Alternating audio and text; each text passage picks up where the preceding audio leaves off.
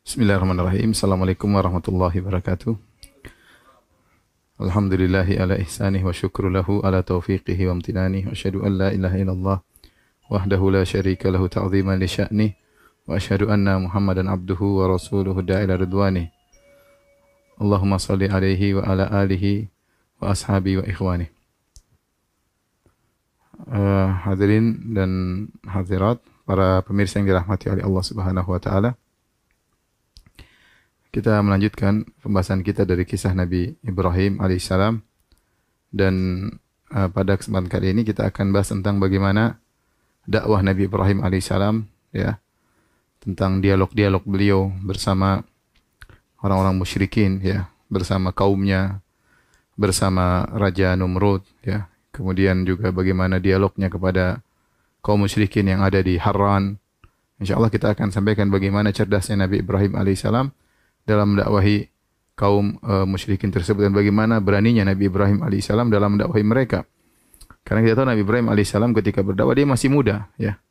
Ya. Kemudian sebenarnya dalam Al-Qur'an disebutkan sami'na fatan yadhkuruhum. Ya, kami mendengar fatan, yaitu seorang pemuda. Jadi Nabi Ibrahim masih muda, ada yang mengatakan umurnya belasan tahun, ada yang mengatakan 20-an. Intinya beliau masih sangat muda belia dalam berdakwah tersebut. Kita mulai dakwah Nabi Ibrahim alaihissalam terhadap kaumnya di Babil, ya.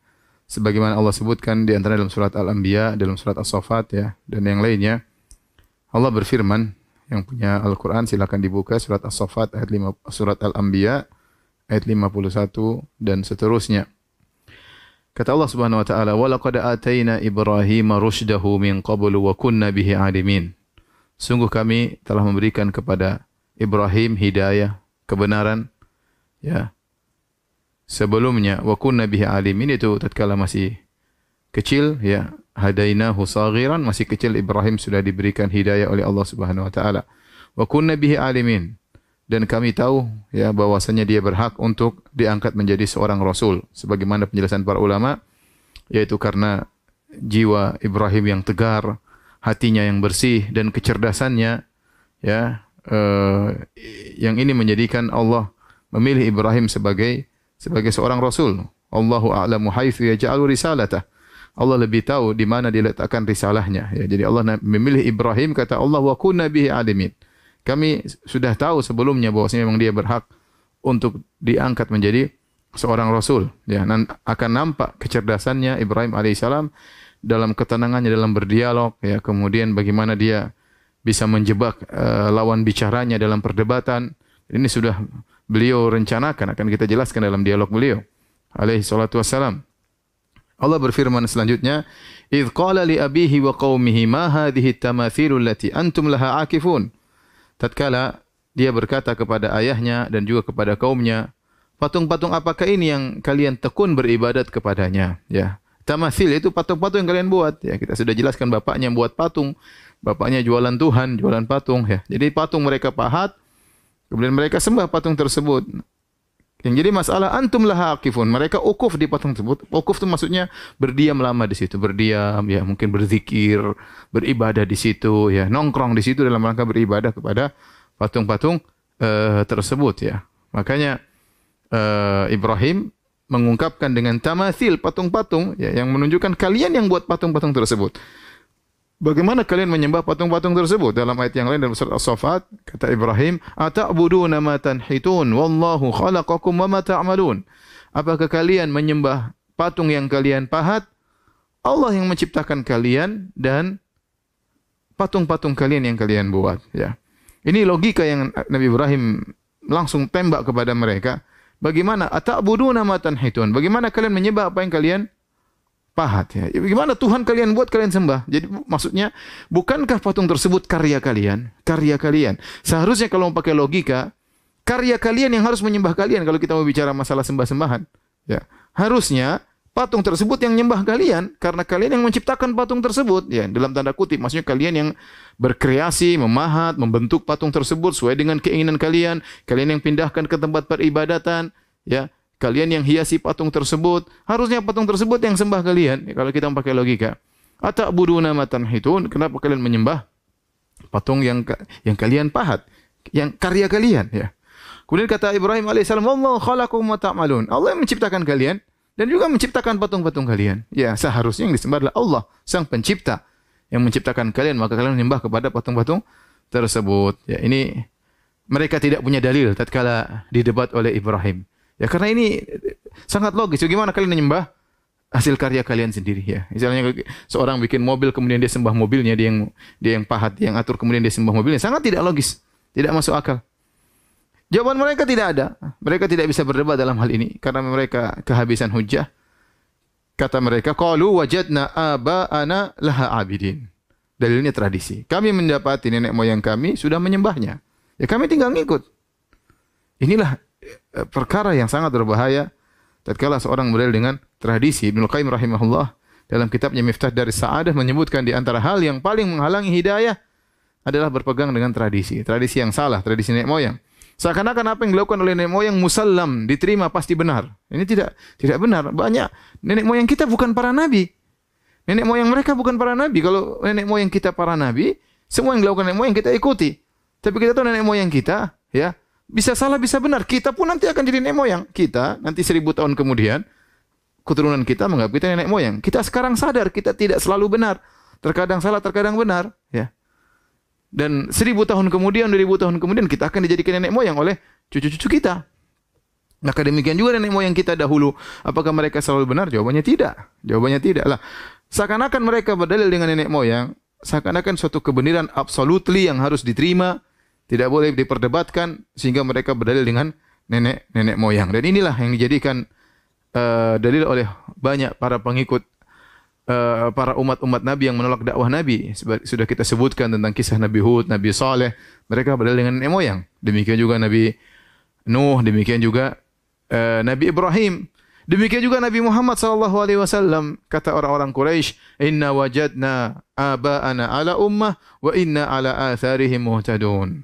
Kami mendapati bahwa kami menganut suatu agama dan sungguhnya kami orang-orang yang mendapat petunjuk dengan jejak mereka. Mereka merasa dapat petunjuk kalau ala atharihim muhtadun. Muhtadun. Kami kalau sudah mengikuti nenek moyang kami, yaitu berarti kami sudah benar dapat petunjuk. Ya. Dalam surat yang lain, ya, dalam surat Asy-Syu'ara, ya, Allah berfirman, "Watlu 'alaihim naba Ibrahim." Bacakanlah kepada mereka. Jadi Rasulullah disuruh membacakan kisah Ibrahim kepada orang-orang Quraisy, ya, karena sikap mereka terhadap Nabi seperti sikapnya kaum Ibrahim kepada Ibrahim, ya. Dan orang Quraisy nenek moyang mereka Ibrahim. Mereka semua keturunan Ismail bin Ibrahim. Ya, maka Allah menyuruh Nabi untuk bercerita kepada orang-orang Quraisy, Abu Jahal dan teman-temannya tentang kisah Ibrahim. Yang mereka kenal siapa Ibrahim. Watlu 'alaihim naba'a Ibrahim. Bacakanlah kepada mereka wahai Muhammad, kepada orang Quraisy tentang kisah Nabi Ibrahim. Idz qala li abihi wa qaumihi ma ta'budun. Tatkala Ibrahim berkata kepada ayahnya dan kepada kaumnya, apa yang kalian sembah? Qalu na'budu asnaman fanadhallu laha akifin. Sungguhnya kami menyembah berhala-berhala dan kami akan senantiasa i'tikaf, berdiam, beribadah di berhala-berhala tersebut. Apa kata Ibrahim alaihissalam? Qala hal yasma'unakum idz tad'un? Apakah berhala-berhala tersebut mendengar kalian tatkala kalian berdoa kepada mereka? Apakah berhala tersebut mendengar? Bisa kalian buktikan berhala tersebut mendengar? Au yanfa'unakum au yadhurrun, atau memberi manfaat kepada kalian atau memberi mudarat kepada kalian? Jelas tidak bisa. Patung enggak bisa apa-apa.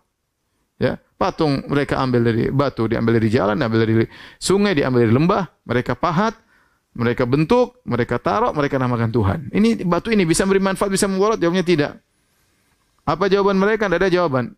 Sama, berdalil dengan nenek moyang. Qalu bal wajadna aba'ana kadzalika yaf'alun.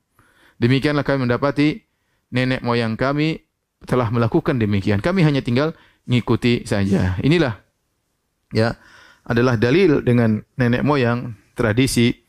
Ini perkara yang bahaya, ya, dan kita tahu bahwasanya memang tradisi sangat sulit ditinggalkan, ya, dan kita di tanah air masih ada tempat-tempat yang berpegang dengan tradisi meskipun tradisi tersebut salah. Ya, mau tradisi ya orang Islam tapi berpegang dengan tradisi kejawen misalnya. Tradisi yang berkaitan dengan kesyirikan misalnya, ya, tradisi berkaitan dengan pensucian terhadap sebagian hewan-hewan. Orang Islam, kalau orang bukan Islam enggak ada masalah. Kalau selama dia KTP-nya Islam harus kita tegur.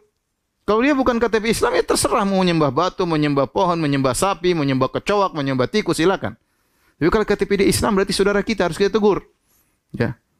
Sebagian saudara kita di tanah air bertengah tegur dengan tradisi, tidak mau dirubah. Kenapa nenek moyang kami sudah seperti ini? Kami telah mendapati mereka seperti ini. Masa kita rubah tradisi nenek moyang kita? Dan begitulah dalil mereka. Ya. Dan memang sulit meninggalkan apa? Tradisi. Ya, bahkan dalam suatu kota, di salah satu kota di tanah air kita, kota tersebut terkenal banyak ulama dari kota tersebut, tapi tradisinya menyelisihi Islam. Tradisi kalau nikah maka perempuan yang bayar mahar, kalau warisan perempuan yang dapat. Ini kan menyelisih syariat. Ya, tapi apa boleh buat, sampai sekarang tidak bisa dirubah. Maksud saya memang tradisi itu dalil yang argumentasi yang sangat lemah, tapi sangat dipegang oleh orang-orang yang menyimpang dan mereka susah keluar dari tradisi. Tatkala Nabi Ibrahim alaihissalam dihadapkan dengan dalil tradisi nenek moyang, apa jawaban Nabi Ibrahim alaihissalam? Ya, mereka menyangka Ibrahim akan tunduk. Ya Ibrahim, ente ya gimana mau larang-larang kita? Sementara ini tradisi nenek moyang kita dan tradisi nenek moyangmu. Tradisi bapak-bapakmu, tradisi mbah-mbahmu. Mau kau lawan, mau kau tegur? Kita sudah ratusan tahun seperti ini, mungkin ribuan tahun seperti ini, mau rubah tradisi? Ya, subhanallah. Inilah Ibrahim, reformis. Dia ingin rubah. Dia tidak peduli. Anak muda, ya, masih semangat luar biasa. Tegar hatinya, kuat imannya. Maka Ibrahim berkata, jawaban yang telak. Tatkala mereka berdalil dengan tradisi, kata Ibrahim alaihissalam, laqad kuntum antum wa aba'ukum fi dhalalim mubin. Sungguhnya kalian dan nenek moyang kalian dalam kesesatan yang nyata. Subhanallah, Ibrahim mengatakan kalian berdalil dengan nenek moyang. Kalian sesat, bapak kalian sesat, embah kalian sesat, buyut kalian sesat. Nah, ini berat bagi mereka. Bukan cuma sekedar sesat, kata Ibrahim alaihissalam, fi dhalalim mubin, dalam kesesatan yang nyata. Kesesatan yang jelas, seperti jelasnya matahari di siang bolong. Kesesatan yang jelas, yang tidak ada keraguan dalam kesesatan tersebut. Subhanallah. Dan ini suatu yang sangat menyinggung mereka. Kalau mereka yang disinggung, mereka masih mungkin bisa sabar. Tapi yang disinggung bapaknya, disinggung embahnya, disinggung buyutnya, disinggung leluhurnya, wah ini berat, ya berat. Tapi Ibrahim alaihissalam tidak peduli. Dan Ibrahim menyinggung leluhurnya sendiri. Leluhur mereka adalah leluhur Ibrahim, sama-sama dari Babil, ya kota Babil, dan nenek moyang mereka juga nenek moyang Ibrahim. Ibrahim dengan tegasnya mengatakan, laqad kuntum, sungguh, subhanallah. Ibrahim, kalau saya bilang nekat ya, dia sendirian lah. Kita bayangkan kondisi dia masih muda, tinggal di suatu negeri. Negeri tersebut ada rajanya, Raja Numrud. Kemudian mungkin entah berapa ratus ribu orang atau berapa ribu orang, banyak banget ya. Kemudian dia sendirian, yang masih muda, tidak ada yang penolong dia. Ya, bapaknya juga jauh dari dia, tidak malah musuh dia, sendirian, dan dia nekat. Dia berkata, laqad kuntum, sungguh kalian, wa aba'ukum, dan nenek moyang kalian, fi dhalalim mubin, dalam kesesatan yang nyata. Tatkala mereka mendengar Ibrahim alaihissalam menjawab dengan jawaban seperti ini, jawaban yang nekat ini, mereka bingung. Baru pertama kali mereka dengar ada orang berani mencela nenek moyang. Seumur hidup mereka, baru sekali mereka mendengar ada orang berani mencela nenek moyang. Maka mereka bertanya, qalu ajitana bil haqqi am anta minal la'ibin? Wahai Ibrahim, kau ini sedang mendatangkan argumentasi atau sedang bercanda? Kau ini sedang bermain-main, sedang bercanda, mencela nenek moyang kami, mencela nenek moyangmu sendiri. Kau bermain-main, ya. Kata para ulama, karena mereka tidak pernah dengar ada orang yang berani mencela nenek moyang, ya. Seakan-akan mereka mengatakan nenek moyang pasti benar. Berani kau mengatakan nenek moyang salah? Kau bercanda ya ngomong kayak begini. Subhanallah, Ibrahim tidak peduli. Dia tidak jawab saya bercanda atau serius. Tapi dia melanjutkan hujahnya untuk membantah mereka. Kata Ibrahim, qala bal rabbukum rabbus samawati wal ardi alladhi fatarahunna wa ana ala dhalikum minasyahidin. Justru Rabb kalian wahai kaumku, Rabb kalian yang sesungguhnya Tuhan kalian adalah Rabbus samawati wal ard, yaitu pencipta langit dan bumi, pemilik penguasa langit dan bumi, alladzi fatarahunna, yang telah menciptakan langit dan bumi tersebut. Itu baru namanya Tuhan. Seakan Ibrahim berkata, pakai otak kalian, Tuhan itu yang menciptakan alam semesta. Tuhan yang menciptakan langit, Tuhan yang menciptakan bumi, Tuhan kalian, Tuhan nenek moyang kalian sama. Bukan Tuhan yang kalian pahat, yang kalian bentuk, yang kalian pindahkan dari lembah, batunya pindahkan ke tempat peribadatan kalian. Itu bukan Tuhan. Apakah patung-patung ini bisa menciptakan langit dan bumi? Ini jawaban telak sebenarnya. Jadi Ibrahim langsung mengatakan, qala bar rabbukum rabbus samawati wal ardi alladzi fatarahunna. Rabb kalian adalah pencipta langit dan bumi, yang menguasai langit dan bumi. Wa ana ala dzalikum minasyahidin. Dan aku termasuk yang menjadi orang-orang yang bersaksi memberikan bukti atas hal tersebut. Kata para ulama, wa ana ala dzalikum minasyahidin, dan aku menjadi saksi akan hal tersebut. Kata para ulama, yaitu Ibrahim mengatakan aku utusan Tuhan. Aku termasuk yang beri saksi sebagaimana rasul-rasul sebelumku. Sehingga Ibrahim mengumpulkan dalil akli dan dalil nakli. Dalil akli yaitu ajak mereka berfikir namanya Tuhan itu yang mengatur, bukan dipahat.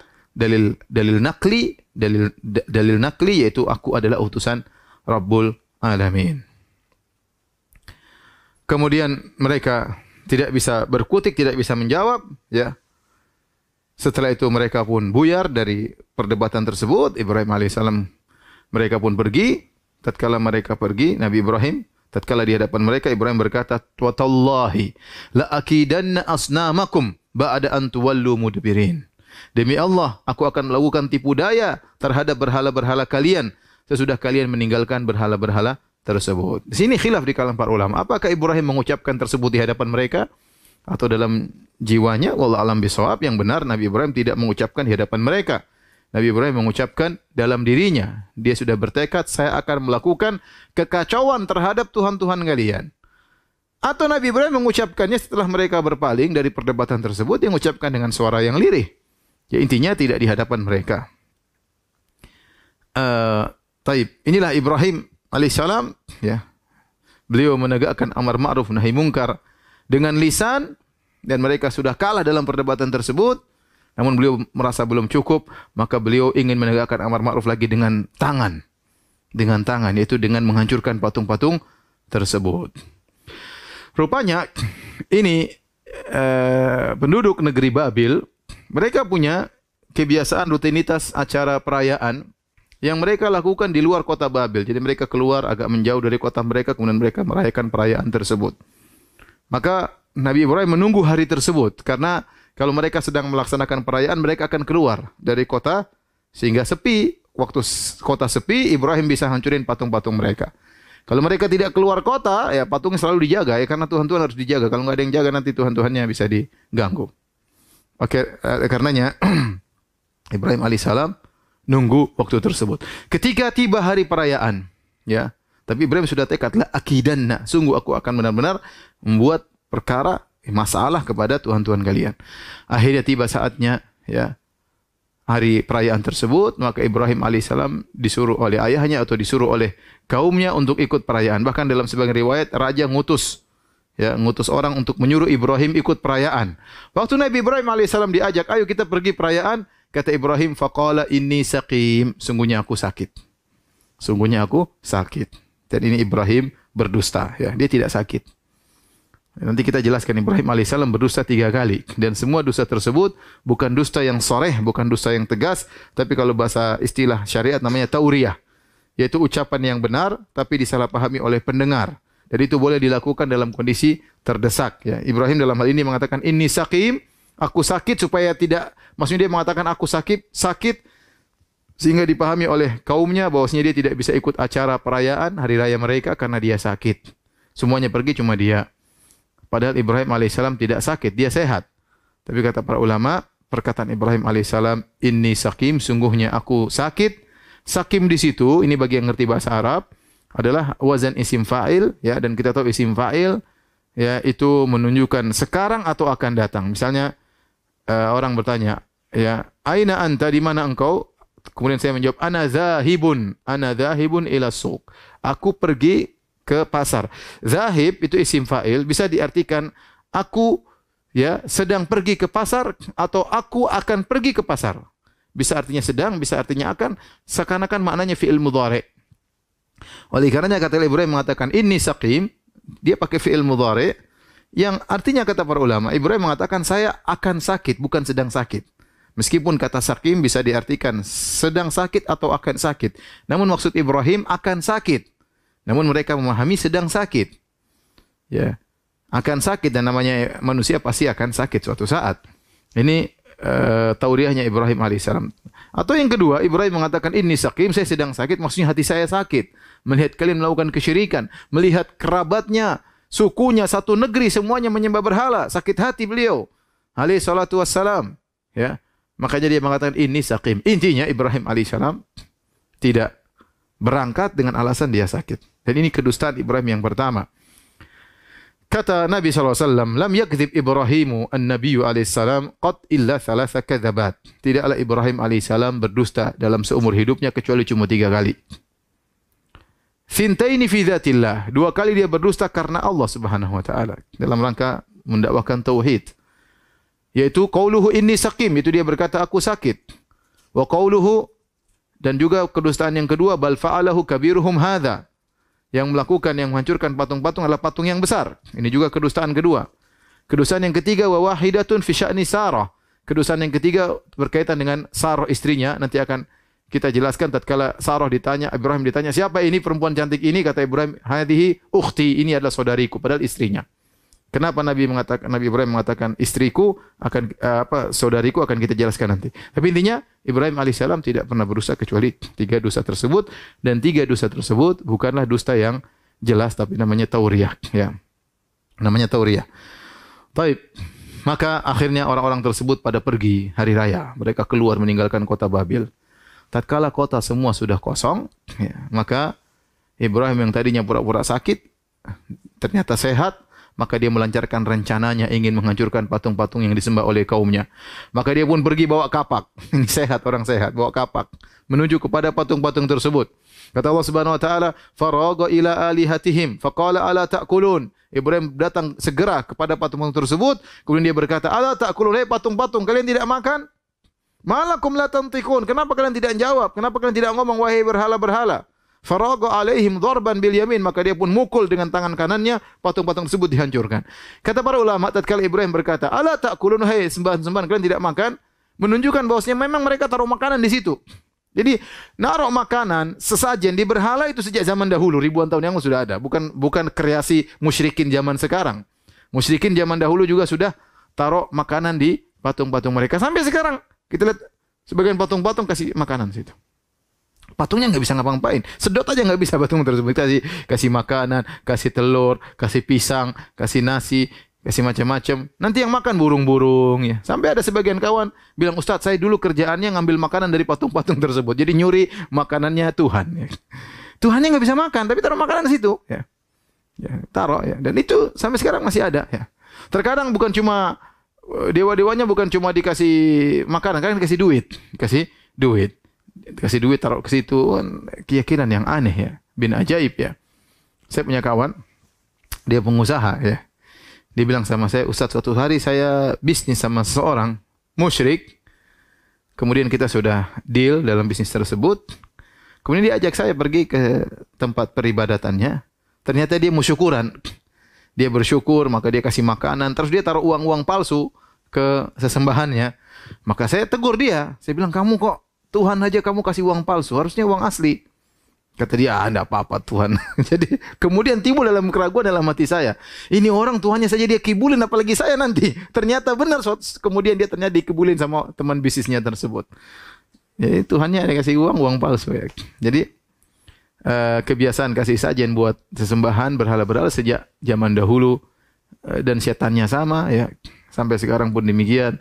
Kita lihat patung-patung dikasih makanan, ya, sebagian orang pagi-pagi sudah sibuk cari sajen. Orang Islam, Masya Allah, pagi-pagi sholat, subuh. Ya. Sebagian mereka pagi-pagi sudah sibuk cari sajen. Zikir pagi petang mereka, ya. Kalau tidak kasih sajen, mereka takut kualat, takut nggak berkah. Beli ini, beli anu, beli ini, subhanallah. Tuhannya butuh makan pagi-pagi. Ya, dan mereka taruh depan berhala tersebut. Jadi, Nabi Ibrahim alaihissalam waktu datang, dia mengatakan, Ala ta'kulun, hai Tuhan-Tuhan, kalian tidak makan. Malakum la tantiqun. Kenapa kalian tidak jawab, tidak ngomong? Ya. Akhirnya, ya, Ibrahim alaihissalam kemudian mengambil kapaknya. Kata Allah, faja'alahum juzadzan illa kabiran lahum la'allahum ilaihi yarji'un. Maka Ibrahim alaihissalam menghancurkan patung-patung tersebut. Yang kecil-kecil semua dihancurin kecuali yang besar. Ternyata patung mereka banyak. Patung mereka banyak. Yang besar satu, yang kecil-kecil banyak, ya. Tapi besar cuma satu. Ada seorang kawan, dia sedang berjalan sama seorang ustaz suatu kota. Kemudian dia lihat di sebuah kuil banyak patung-patung, tapi ada satu yang besar dan yang kecil-kecil. Maka ustaz tersebut mengatakan, kalau ingin jadi Ibrahim itu hancurin yang kecil-kecil.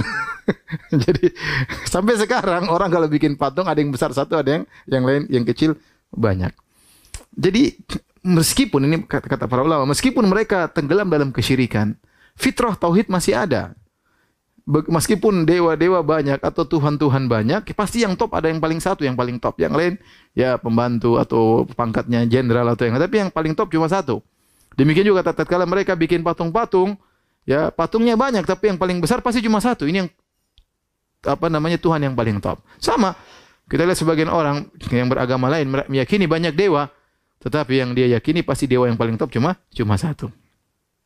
Maka Ibrahim alaihissalam, faja'alahum juzadan, kata Allah, dia pun menghancurkan patung-patung tersebut, illa kabirallahum, kecuali satu yang besar dibiarin tidak hancur. La'allahum ilaihi yarji'un, kata Ibrahim, semoga mereka kembali. Semoga mereka kembali, ya, semoga mereka kembali kepada Ibrahim. Jadi memang Ibrahim ini alaihissalam memang cari masalah. Dia ngancurin patung-patung tersebut supaya heboh, supaya mereka nanti diskusi sama dia. Gimana cara ngumpulin massa? Caranya bikin masalah. Ya, Tuhan-tuhannya dia hancurin. Ibrahim sendirian, ini anak muda sendirian nekat hancurin patung-patung. La'allahum ilaihi yarji'un, semoga mereka kembali kepada Ibrahim alaihissalam. Jadi kata para ulama, dalil bahwa Ibrahim memang sengaja cari masalah agar bisa kumpul, ya. Oleh karenanya ini dilakukan oleh sebagian nabi seperti Nabi Musa alaihissalam. Nabi Musa alaihissalam ketika diajak duel oleh Fir'aun dengan para tukang sihirnya, Nabi Musa berkata kepada Fir'aun, qala mau'idukum yaumuz zinati wa an yuhsyaran nasu dhuha. Ya, waktu kita untuk berduel dengan penyihir-penyihirmu wahai Fir'aun adalah di waktu duha tatkala hari raya. Musa alaihissalam ingin menegakkan hujah di hadapan masyarakat agar mereka mendengar hujah Nabi Musa alaihissalam, ya. Ya, dulu tidak ada medsos, tidak ada sarana. Kalau mau tegakkan hujah ya orang-orang harus kumpul. Orang harus kumpul. Maka Ibrahim juga demikian, ingin mengumpulin massa agar dia bisa menyampaikan dakwah tauhid. Maka mulailah Ibrahim hancurkan patung-patung tersebut. Tinggal satu yang paling besar, ya. Kemudian dia taruhkan kapaknya di leher patung yang paling besar. Jadi kapak dihancurin semua, yang lain dihancurin kanan kiri, patung-patung hancur, yang kecil-kecil, yang besar, terus kapaknya dia gantungkan di leher patung yang besar. Akhirnya setelah mereka pulang dari perayaan, mereka balik, mereka kaget. Ini patung-patung sudah hancur Tuhan-Tuhan kita, tinggal satu yang besar. Maka mereka berkata, qalu man fa'ala hadza bi alihatina innahu laminadh dhalimin. Siapa yang berani melakukan demikian pada Tuhan-Tuhan kita? Sungguh dia benar-benar orang zalim. Subhanallah. Tauhid dibilang zalim. Mereka menyangka Ibrahim menghancurkan patung-patung adalah kezaliman. Justru itu tauhid. Justru mereka menjadikan patung sebagai Tuhan, itu kezaliman yang tinggi. Zulmun azim. Inna syirka la zulmun azim. Sungguhnya kesyirikan adalah kezaliman yang besar. Tapi mereka menuduh orang yang bertauhid dengan orang yang zalim. Dan ini mereka tuduhkan kepada Nabi Ibrahim alaihissalam. Mereka bertanya, siapa yang berani? Apa jawaban mereka? Qalu sami'na fatan yadhkuruhum yuqalu lahu Ibrahim. Tidak ada orang yang bisa dituduh kecuali satu pemuda. Kata mereka, sami'na fatan, kami pernah dengar seorang pemuda, yadhkuruhum, nyebut-nyebut keburukan Tuhan-Tuhan kita, yuqalu lahu Ibrahim, namanya Ibrahim. Tidak ada orang tertuduh kecuali dia. Dia pasti bikin masalah. Ya, dia ini yang bikin masalah. Karena tidak ada yang pernah mencela Tuhan-Tuhan kita kecuali Ibrahim. Jadi Ibrahim masyhur tukang mencela Tuhan-Tuhan mereka. Dakwah tauhid, ya. Ini enggak benar disembah, ini patung. Enggak bisa ngomong, enggak bisa makan, enggak bisa menjawab, enggak bisa memberi kemanfaatan, tidak bisa diberi kemudaratan. Hanya patung-patung yang kalian pindahkan. Subhanallah. Ibrahim terkenal suka mencela Tuhan-Tuhan mereka. Maka tatkala terjadi hal tersebut, tidak ada tuduhan kecuali Ibrahim alaihissalam. Mereka berkata, qalu fa'tu bihi ala a'yunin nasi la'allahum yashhadun. Kata mereka, datangkan itu si Ibrahim di hadapan seluruh masyarakat agar mereka menyaksikan. Artinya mereka ini ingin mempermalukan Ibrahim. Mereka ingin mempermalukan Ibrahim di hadapan masyarakat. Justru ini yang dicari oleh Ibrahim. Sama Fir'aun ingin mempermalukan Musa di hadapan rakyatnya. Ternyata Musa yang menang alaihissalam. Demikian juga ini mereka ingin mempermalukan Ibrahim alaihissalam di hadapan masyarakat. Dalam dialog ternyata Ibrahim yang menang. Ya. Taib. Akhirnya didatangkanlah Ibrahim alaihissalam. Terjadilah dialog. Qalu a anta fa'alta hadza bi alihatina ya Ibrahim. Mereka berkata, apakah kau yang melakukan ini semua wahai Ibrahim terhadap Tuhan-Tuhan kita? Ibrahim menjawab, qala bal fa'alahu kabiruhum hadza fas'aluhum in kanu yantiqun. Yang bikin bukan saya, yang bikin Tuhan yang gede ini. Tanyakan kepada Tuhan-Tuhan kecil itu, tanya kalau mereka bisa ngomong. Subhanallah. Ibrahim sudah rencana, patung kecil dihancurin, patung gede dibiarin, kasih kapak. Siapa yang melakukan? Yang besar, tanya. Kalau enggak percaya, tanya sama Tuhan-Tuhan kecil kalau mereka bisa ngomong. Ya. Ibrahim, saya katakan tadi, Ibrahim ingin menggerakkan fitrah tauhid yang ada dalam diri mereka. Namanya Tuhan tidak ingin diduakan. Namanya Tuhan tidak ingin diduakan. Kalau patung aja tidak ingin diduakan dengan Tuhan yang lain, kalian ngerti kalian bikin satu patung besar yang kecil-kecil, apalagi Rabbul Alamin. Bagaimana diduakan dengan patung-patung? Diduakan dengan makhluk-makhluk. Ya. Subhanallah. Saya bilang masalah fitrah tauhid ini, ya bahwasanya Tuhan harus Maha Esa, ini ada dalam banyak agama ya. Saya contohkan seperti sebagian agama menyembah dua sesembahan, yaitu Tuhan terang, Tuhan gelap. Tuhan api, Tuhan kegelapan. Tetap saja mereka mengatakan yang terbaik Tuhan terang, Tuhan api. Tuhan kegelapan menciptakan keburukan, Tuhan api menciptakan kebaikan. Tetap Tuhan api yang paling top, satu yang paling top. Contoh agama Hindu, meyakini tiga dewa, Dewa Brahmana, Dewa Siwa, Dewa Wisnu. Tapi kalau ditanya siapa yang paling top, mereka bilang Dewa Brahmana. Ya.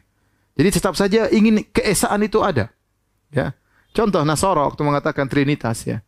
Tuhan Bapa, Tuhan Ruhul Kudus, Tuhan Isa alaihissalam anak. Pasti mereka memang ini maksudnya satu. Ini maksudnya adalah satu. Jadi sebenarnya fitrah masih ada bahwa Tuhan harus satu. Tuhan harus satu ya. Ya, seperti saya pernah bertemu dengan seorang beragama Buddha, kemudian dianggap orang beragama Buddha dianggap memiliki beraliran-aliran sesat. Kenapa? Karena dia mengatakan bahwa yang bisa mencapai derajat tinggi bukan cuma Siddhartha Gautama. Orang-orang lain pun kalau bisa melakukan pelatihan dan peribadatan tertentu bisa mencapai derajat Buddha, Siddhartha Gautama. Maka orang-orang Buddha yang lain menganggap dia sesat. Kenapa mereka ingin Siddhartha Gautama tetap nomor satu? Tidak boleh ada yang menyamainya. Sementara dia mengatakan bisa menyamai Siddhartha Gautama. Jadi tetap saja namanya mereka ingin Tuhan mereka itu spesial, tidak boleh diduakan. Itu fitrah itu ada. Makanya sampai sekarang orang-orang kalau bikin patung juga ada patung yang gede, yang lain kecil-kecil. Ya. Di zaman Ibrahim juga demikian. Mereka bikin patung besar, yang lain kecil-kecil. Nah Ibrahim memanfaatkan ini agar otak mereka berjalan. Ibrahim hancurkan patung-patung kecil, kecuali patung yang besar. Ibrahim berkata, bal fa'alahu kabirhum hadza. Yang melakukan ini semua yang gede, fas'aluhum in kanu yantiqun. Tanyakan kepada mereka, kalau mereka bisa ngomong. Ini kedustaan Ibrahim yang nomor dua. Yang pertama mengatakan saya sakit, yang kedua ini. Kata para ulama, ini juga tauriyah. Kedustaan. Kata para ulama kedustaan bersyarat. Yaitu Ibrahim berkata apa? Yang bikin ini semua Tuhan besar dengan syarat Tuhan-Tuhan kecil bisa ngomong. Tatkala kita sama-sama sepakat Tuhan-Tuhan kecil tidak bisa ngomong, berarti bukan Tuhan besar yang bikin, tapi saya. Dan ini sudah dipahami oleh orang-orang kaumnya Ibrahim. Mereka ngerti yang bikin Ibrahim. Ya. Jadi hanya sekedar Ibrahim mengucapkan ini bukan dusta nyata, tapi sekedar menggerakkan ke otak mereka. Dan dikatakan dusta bersyarat, yaitu yang hancurin patung gede kalau patung kecil bisa ngomong. Ternyata syarat tersebut tidak terpenuhi. Patung kecil tidak bisa ngomong berarti bukan patung gede yang melakukannya. Ya, sama seperti kata orang di sana ada patung Syekh Yusuf. Kalau kau panggil dia Syekh Yusuf, kalau dia bisa dengar, dia akan nengok begini ya. Tapi kenyataannya dia tidak pernah nengok. Kenapa? Karena dia tidak bisa dengar. Karena tidak bisa dengar ya. Jadi sebenarnya ini namanya tauriyah dalam Islam. Ini dibolehkan dalam kondisi darurat. Seperti Nabi Muhammad SAW waktu berjalan dengan Abu Bakar radhiyallahu anhu tatkala hijrah, sebagian orang tanya kepada Abu Bakar, "Man hadza? Siapa ini di depanmu wahai Abu Bakar?" Abu Bakar pedagang radhiyallahu anhu sering ke sana kemari. Ya, sehingga banyak orang mengenal dia, tapi Muhammad SAW tidak banyak yang kenal. Sehingga waktu Abu Bakar berjalan dengan Nabi Muhammad SAW, ada yang tanya, "Siapa di depanmu wahai Abu Bakar?" Abu Bakar mengatakan, "Hadza dal ila tariq." Ini penunjuk jalan. Namanya tauriyah. Orang-orang yang mendengar menyangka Abu Bakar mengatakan Muhammad adalah penunjuk jalan. Padahal bukan. Rasulullah SAW tidak tahu jalan. Tapi ini penunjuk jalan menuju surga, bukan penunjuk jalan menuju dalam perjalanan. Bahkan Nabi Muhammad SAW menyewa Abdullah bin Uraikid untuk penunjuk jalan. Ini namanya tauriyah. Taib. Kata Ibrahim, fas'aluhum in kanu yantiqun. Tanyakanlah kepada mereka kalau bisa ngomong patung-patung tersebut. Kata Allah, faraja'u ila anfusihim faqalu innakum antumudz zalimun. Maka mereka pun kembali kepada diri mereka, mereka sadar, mereka berkata, kita ini yang salah, bukan Ibrahim. Kita ini yang salah, ya. Tsumma nukisu ala ru'usihim. Kemudian nukisu ala ru'usihim maksudnya kemudian kepala mereka terbalik. Apa maksudnya? Kepala mereka terbalik. Nukis itu maksudnya begini, kepala di bawah, kaki di atas. Ya, kata Allah, "Tsumma nukisu ala ru'usihim." Kemudian kepala mereka jadi terbalik. Maksudnya, kata Ibnu Jarir At-Tabari dalam tafsirnya, maksudnya mereka ingin mendebat Ibrahim, tetapi semua argumentasi mereka balik menyerang mereka. Perhatikan ini. Mereka menyampaikan argumentasi untuk mendebat Ibrahim, untuk mengalahkan Ibrahim, tapi semua argumentasi mereka balik kepada mereka. Pertama mereka berkata, wahai Ibrahim, laqad alimta ma haula'i yantiqun.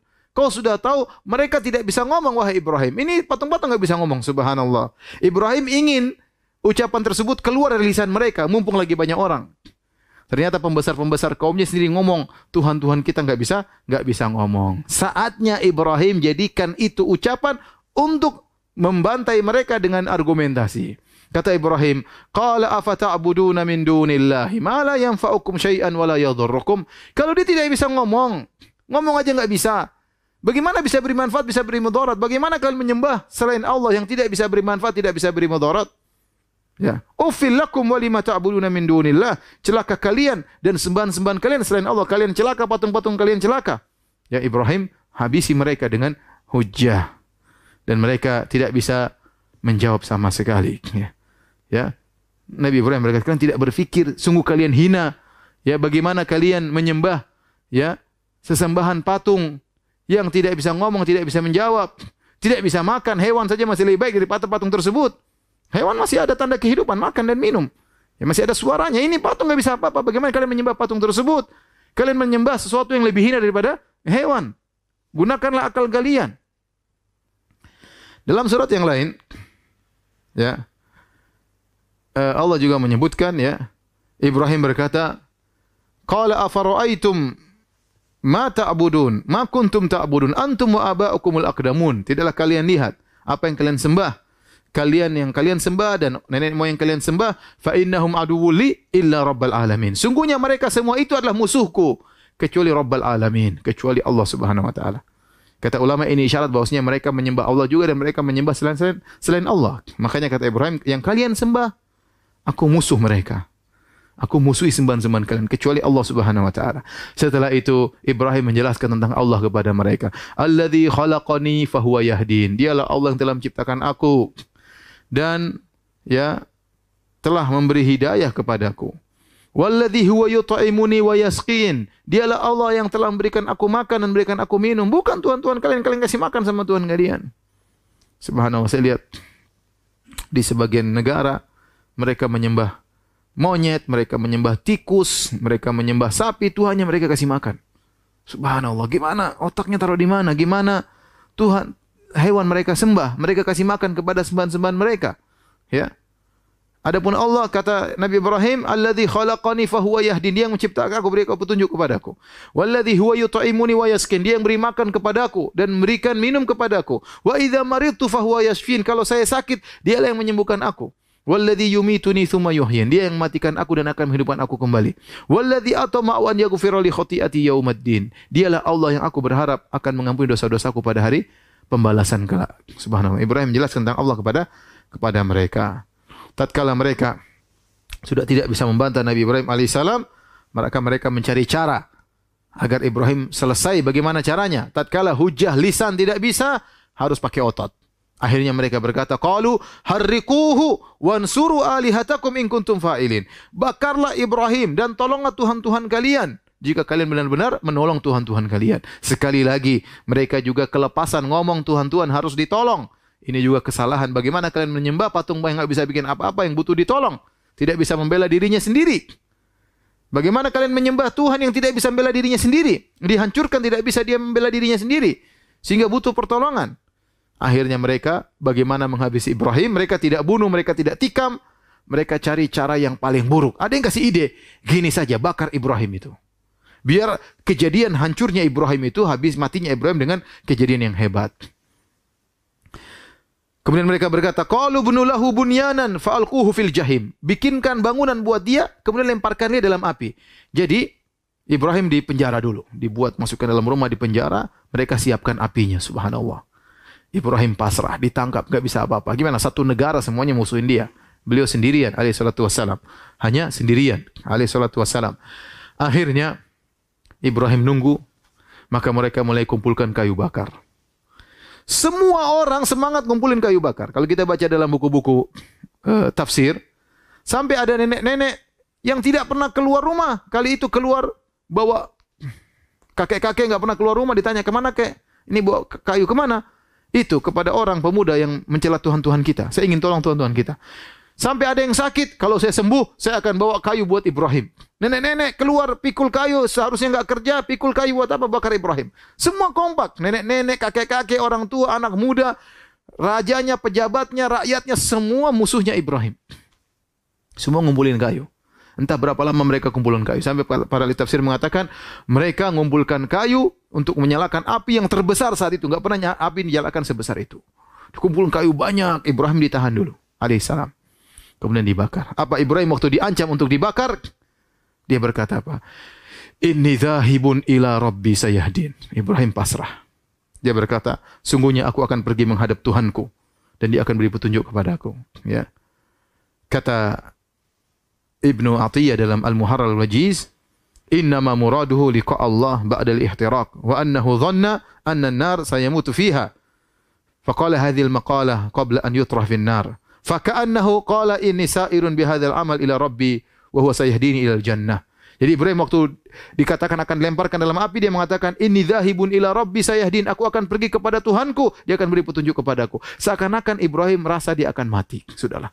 Selesai, saya sudah jalankan tugasku. Saya sudah beramal soleh, saya sudah beramal nahi munkar, saya sudah berdakwah, saatnya saya mati. Dan dia pasrah, aku menuju kepada Tuhanku dengan amalku, dengan dakwahku, dengan perjuanganku, dan Allah akan mematikan aku dan masukkan aku dalam surga. Ibrahim pasrah. Alaihissalam. Subhanallah, bagaimana seorang yang bertauhid tidak geming sama sekali. Diancam dibakar, dia tenang. Saya akan pergi kepada Tuhanku. Sudah selesai tugas, mau diapain lagi? Maka setelah mereka kumpulkan kayu bakar yang banyak, mereka bingung, ini api terlalu besar. Gimana masukin Ibrahim ke tengah? Mereka bingung. Ada kasih ide, katanya seorang Kurdi, ya. Itu dari pinggiran-pinggiran datang, kemudian dia bilang begini, bikin manjanik. Manjanik itu ketapel raksasa. Supaya Ibrahim bisa dilemparkan di tengah lautan. Kalau dikasih pinggir mungkin dia kabur. Akhirnya dibuatlah manjanik. Ini kenapa? Ini pameran, dilihat oleh masyarakat semua. Jadi tontonan, semua pada nonton. Semua pada nonton. Ibrahim debat ditonton, Ibrahim disiksa juga ditonton alaihissalam. Rakyat pada nonton, jadi dibikin heboh, dibikinlah manjanik. Orang semua lihat. Maka ditariklah seperti katapel, ya. Kemudian dilepaskan. Ibrahim di bajunya dibuka. Ibrahim bajunya dibuka. Kemudian dilemparkan ke tengah lautan api. Subhanallah. Sendirian beliau alaihissalam, tidak ada temannya sama sekali. Tidak ada yang doain, tidak ada yang hiburin. Sendirian. Saya kadang merenungkan Ibrahim alaihissalam bagaimana seorang yang sangat tegar sendirian, tidak ada temannya. Temannya hanya Allah Subhanahu wa taala. Maka kemudian dilemparkanlah ke tengah lautan api. Begitu sampai tengah lautan api, Ibrahim berkata, hasbiyallahu wa ni'mal wakil. Cukuplah Allah bagiku dan dia sebaik-baik pelindung. Sudah pasrah dia. Bahkan beliau alaihissalam merasa akan mati. Dilemparkan ke tengah lautan api. Tapi Allah tidak meninggalkan khalilnya, kekasihnya. Maka kata Allah, "Qulna ya naru kuni bardan wa salaman ala Ibrahim." Maka yang berkata, wahai api, jadilah kau dingin dan keselamatan bagi Ibrahim. Wa aradu bihi kaidan faja'alnahumul akhsarin. Mereka ingin melakukan tipu daya kepada Ibrahim dan kami jadikanlah mereka yang kalah, mereka yang rugi. Subhanallah, api, sunnatullah, api itu membakar. Maka untuk berubah menjadi membakar, tidak membakar, butuh perintah tersendiri. Maka Allah mengatakan, kuni bardan wa salaman. Jadilah engkau api, dingin dan keselamatan. Kata para ulama, kalau Allah hanya mengatakan jadilah dingin, Ibrahim bisa kedinginan dalam api tersebut, bisa mati kedinginan. Tapi digandingkan antara dingin dan keselamatan agar dalam kedinginan tersebut ada kesejukan. Di mana Ibrahim alaihissalam kemudian selamat dalam api tersebut. Bayangkan api yang begitu panas, Ibrahim merasakan kesejukan dalam api tersebut. Dibakar, ditunggu sampai mungkin apinya mati, Ibrahim selamat. Yang lain semua hancur, yang lain semua hangus. Ibrahim alaihissalam masuk dalam api tersebut, lautan api dalam kondisi sejuk. Bayangkan, ajaib. Ya karena semua Allah Subhanahu wa taala yang ngatur. Ini sunnatullah. Api ya membakar, kita ada api jangan dekat-dekat api. Ya, kita tidak bisa merubah api itu jadi dingin, tapi Allah bisa. Maka akhirnya Ibrahim alaihissalam setelah api padam, Ibrahim keluar dengan tenang, Masya Allah, bikin orang kaget semuanya. Tapi mereka tetap aja tidak beriman. Ya, mereka paling bilang Ibrahim penyihir, sakti. Ya, ini memang orang luar biasa, tapi tidak beriman kepada Ibrahim alaihissalam. Padahal hujjah sudah tegak di hadapan mereka. Mukjizat apa lagi yang seperti ini, hebat, luar biasa. Api yang membakar jadi sejuk, tidak ada luka sedikit pun pada diri Ibrahim alaihissalam. Tidak ada kulitnya terbakar sama sekali. Ya. Disebutkan ya dalam hadis ya semua hewan tatkala itu membela Ibrahim kecuali cicak. Kecuali cicak ya. Dalam hadis Sa'ibah ya, dia masuk ke rumah Aisyah radhiyallahu taala anha, fara'at fi baitiha rumhan mawdu'an. Tapi kita lanjutkan habis ini. Dengarkan azan terlebih dahulu. Taib, para pemirsa yang dirahmati Allah Subhanahu wa taala dimanapun Anda berada, Bapak-bapak dan Ibu-ibu yang dimuliakan oleh Allah Subhanahu wa taala, kita lanjutkan tentang kisah Nabi yang mulia, Khalilur Rahman, kekasih Allah Subhanahu wa taala, bapaknya ahli tauhid, bapaknya para anbiya. Dari Sa'ibah annaha dakhalat ala Aisyah, Sa'ibah masuk ke rumah Aisyah radhiyallahu anha. Fara'at fi baitiha rumhan mawdu'an. Dia melihat di rumahnya Aisyah ada tombak yang ditaruh di tempatnya. Faqalat ya ummal mu'minin, wahai ibunda kaum mukminin, ma tasna'ina bihadza rumhi? Apa yang kau lakukan dengan tombak ini? Qalat naqtuhu bihil auzaq. Saya gunakan tombak ini untuk nombakin cicak-cicak. Fa inna Nabi Allah sallallahu alaihi wasallam, sungguhnya Rasulullah sallam akhbarana, mengabarkan kepada kami, anna Ibrahim alaihissalam hina ulqiya fin nar lam takun dabbatun illa tudfi'un nar anhu. Tatkala Ibrahim dilemparkan di api, semua hewan yang ada mematikan, berusaha memadamkan api. Ghairul wazaq, kecuali cicak. Fa innahu kana yanfukhu alaihi. Adapun cicak dia meniup api supaya semakin besar untuk membakar Ibrahim. Fa amara alaihi salatu wasallam biqatlihi, maka Nabi memerintahkan untuk membunuh cicak ya. Kemudian juga dalam hadis Ummi Syarik radhiyallahu anha dalam Sahih Muslim, anna Rasulullah sallallahu dalam Sahih Bukhari yang tadi dari riwayat Imam Ahmad, kata Ummu Syarik radhiyallahu anha, anna Rasulullah sallallahu, bahwasanya Rasulullah sallallahu amara biqatlil wazaq. Sungguhnya Rasulullah sallallahu memerintahkan untuk membunuh cicak. Wa qala kana yanfukhu ala Ibrahim alaihissalam. Cicak tersebut waktu di zaman Ibrahim meniup api untuk membakar Nabi Ibrahim alaihissalam. Jadi di antara hikmah kita disuruh membunuh cicak ya, untuk mengenang kisah Ibrahim. Ini kisah harus kita ingat. Ini kisah bukan kisah yang kita baca begitu saja. Ini kisah harus kita kenang. Perjuangan seorang pembela tauhid sendirian, berjuang karena Allah Subhanahu wa taala. Kalau semua orang tidak ada yang berani berjuang dengan tauhid, akan hilang tauhid. Semuanya penuh perjuangan. Ibrahim alaihissalam sendirian, pemuda. Tidak ada yang bersamanya, dia berjuang luar biasa ya. Dia berjuang luar biasa. Maka Nabi seakan-akan menghidupkan kisah ini agar semua orang kaum muslimin ingat tentang kisah ini. Ini cicak pernah berta'awun, bekerja sama dengan musyrikin dalam rangka untuk memusuhi dakwah Nabi Ibrahim alaihissalam. Mungkin ada bingung, saat itu kan neneknya, kakeknya cicak, apa salahnya dengan cicak sekarang? Apakah dapat dosa warisan? Jawabannya tidak, bukan dosa warisan. Ternyata membunuh cicak itu ada dua sebab. Sebab yang pertama adalah cicak tersebut disebut oleh Nabi dengan fuwaisiq. Ya, dalam hadis Aisyah berkata, qala lil wazaq fuwaisiq. Nabi menamakan cicak dengan fuwaisiq.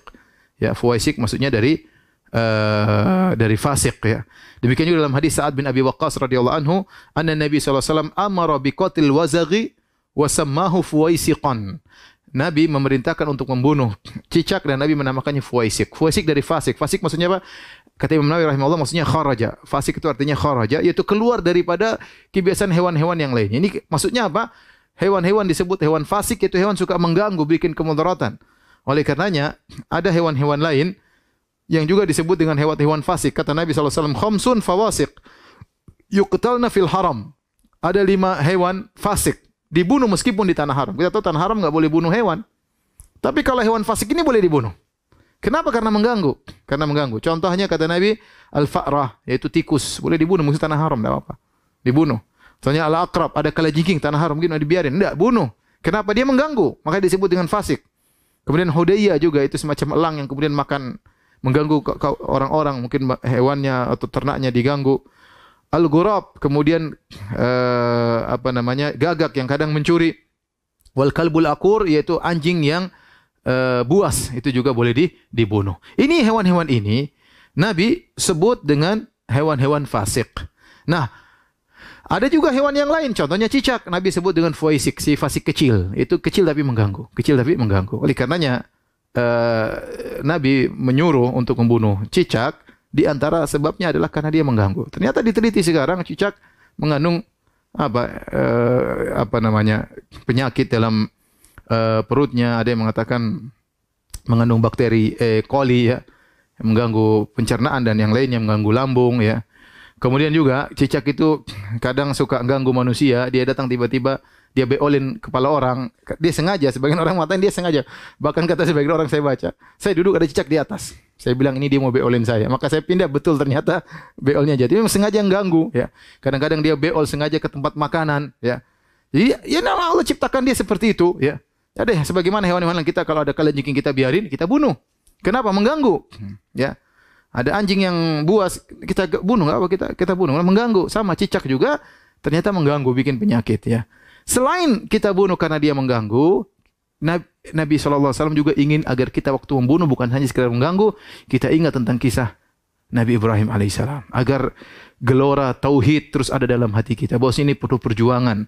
Namanya mendakwah tauhid bukan cuma berdakwah tanpa ada perjuangan, tanpa ada pengorbanan. Ibrahim alaihissalam ya berdakwah dengan penuh keberanian, dengan penuh pengorbanan ya. Kita sekarang cuma mungkin dakwahin tahu dia kata-katain orang. Ibrahim alaihissalam ditangkap mau dibunuh, mau dibakar, yang nyaksikan ditonton sama satu negara. Satu negara tontonin untuk mengejek dia. Ya, tapi luar biasa Nabi Ibrahim alaihissalam, Allah tolong dia. Ya, makanya ini menunjukkan akan hebatnya Nabi Ibrahim alaihissalam. Baik, sampai sini saja kajian kita. Besok kita lanjutkan, masih ada perdebatan Ibrahim dengan Raja Numrud, kemudian juga dengan orang-orang musyrikin di Harran, insyaallah pada esok hari. Subhanakallah bihamdik, asyhadu an la ilaha illa anta astaghfiruka wa atubu ilaik. Assalamualaikum warahmatullahi wabarakatuh.